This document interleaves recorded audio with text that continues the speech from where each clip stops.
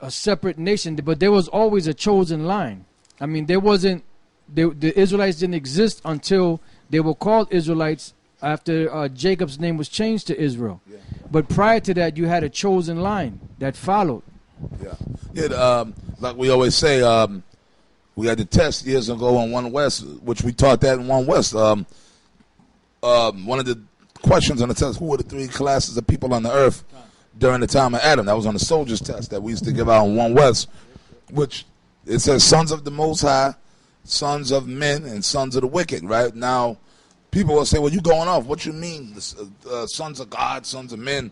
Sons of men meaning the other nations, meaning all them other nations.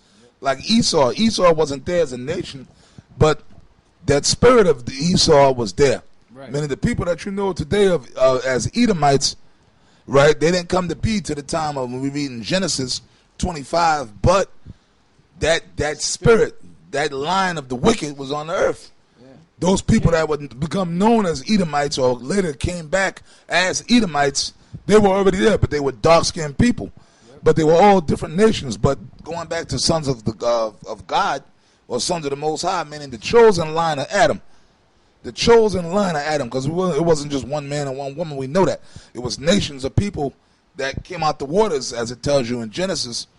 But when those nations came forth from the waters or whatever, and when they started walking around on the earth, on land, and became people, they were divided into different nations, man. The nations were always doing their own thing. Now, the chosen line of Adam, those were the people that the Most High, that the Creator was always dealing with. Right. They was always there, right? Which Noah came out of that chosen line, starting with Adam, the first Adam, the first Adam. Not the main Adam or the chosen Adam. I'm sorry. Now that you said that, you didn't open up a Pandora's box. Please go to Genesis 5 so we can get that straight. So somebody come up. No, what you talking about? What you think is talking about? You don't know. You guys don't make no sense. This is Genesis 5:1. This is the book of the generations of Adam, in the day that the power created man. It said the generations. It's plural. Now, that's another basic scripture we used to bring out here on the street. When we would say, well, look, man, it wasn't just one man and one woman. We used to always, that's the scripture you bring out to prove that. It said that we're going to read on generations. So if it was just like the Jehovah Wickedness and the other Christians tell you, right, it was one man, God created him, and he was just one guy, one man running around butt naked, and then he was lonely. So God or Jehovah, whoever made him go into a deep sleep, he fell asleep and pulled a rib out of his body and then formed a woman. There was just two naked people running around on this big planet by themselves. You people are gone. That's a fairy tale story, and you believe that. And you believed it. And you believe what you were told. It's a fable, man. Generations of Adam, meaning there was a whole group of people, nations of people on the earth, and they were all known as Adam, which simply means from the earth or from the ground, right? It's going to tell you that. And the word generation means genealogy. Genealogy, the genealogy of Adam. Yeah. Going into the different Adams. Yeah, that's another inside joke, man. Yeah, the different Adams. Yeah, no, that's an inside joke. You know, this Hamite that used to be. Yeah, he is a Hamite, man. He's a Hamite, man. Yeah.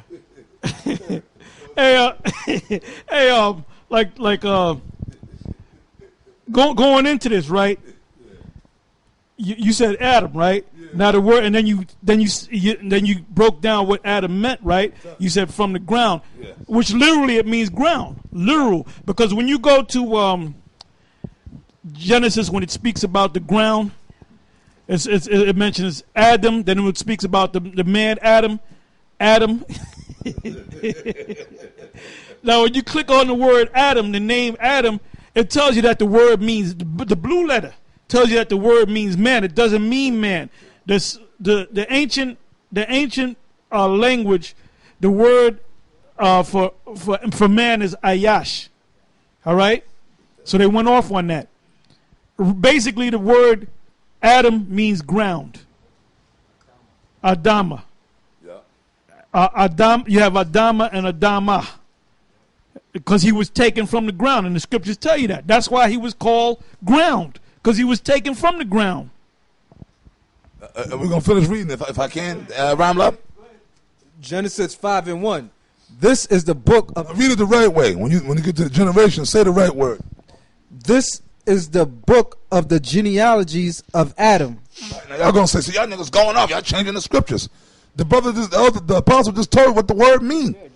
You got to, look, man, even back in One West, used to always say, RER used to say that, to know the Bible, you got to know the meaning of words. Right? So you dummies were the ones of y'all that was in One West. Y'all know that you was taught that. This is the book of the genealogies of Adam in the day that God created man. The Most High created that Adam, that they came forth from the waters, like the scriptures tell you. That's where the man came from. And the proof on that, when a woman is pregnant now, the baby is in waters, man. So human beings, we come out the waters. We start like tadpoles, man. And everything else, like Apostle Tahal, it's a blueprint. What was the word you used earlier? Everything is like a blueprint, and then it. Yeah. I believe you used that word. Everything starts off as like a blueprint, but then it becomes more a prototype. That was the exact word you used. Blueprint. So prototype just means first. Yeah, that's all it means. Kun, which exactly, which means when things are created, even in the animals, that's the only thing we have in common with the animals. Everything starts off the same way, because even in fish start off as tadpoles, man. When realistically, human beings, we start off as tadpoles too. That's what the seed is. The seed, when you look at the sperms, it's like a little fish, a little tadpole swimming in the waters. They all look pretty much the same. They all look pretty much the same. With that, when that seed formed into a living soul, there goes the word soul again. Yeah. That applies to women too. Okay, Yeah. but they all look like for lack of a better term, a tadpole. Yeah, organism, and then organism as that tadpole mutates into a human, living, breathing organism with a soul and a spirit in it. That's what it all starts off from, man. So because when you notice from the breakdown of Genesis, when it goes into when the Most High as Adam came forth, or the Adams came forth, right? And then they came out the waters and then into different nations. Right. In the day that the powers created man. Powers. See, now to understand that, so you got to know the scriptures.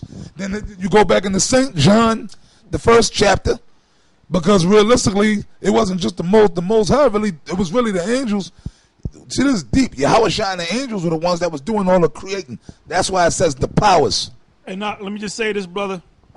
The apostle, excuse me. Let me just say, every once in a while we call ourselves brothers because we are brothers. You mentioned the powers, right? You use the word powers, but the word there is God. So in order for you to get deep into these scriptures and to get the full understanding, you have a guy that, that's, and other people say that, they're mad because people are saying that the Yahushai was Solomon. So you got a particular cat named Lahab that's saying that we going off on that. He didn't mention us. He just said in general, but he's going against what he was taught, man. Yeah. So is the spirit working with him? Hell no, the spirit ain't working with him, man. He gonna be destroyed, man. Now going back to the word powers or the word God, you have to know the ancient language to understand it. The word there is Allah Hayam, which means power, power plural. Plural. Yeah, plural. Anytime you see the suffix yum in the ancient tongue, it makes that particular word plural. All right?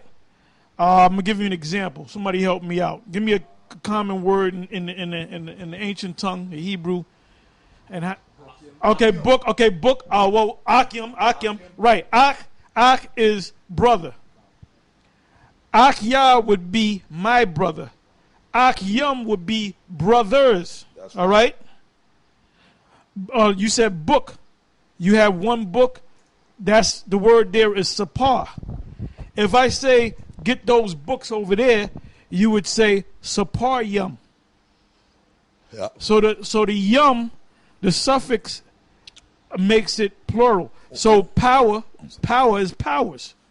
Angels. It was talking about the angels, man. That's right. Yahweh Shine. Also, too, like when you saluting brothers. Like if you come into a room, and we say this a lot. We tell brothers, look, brother, even gotta be like it might be a room full of brothers, and you got to go to each brother saluting them. If you saluting a brother, you want to just cover everybody.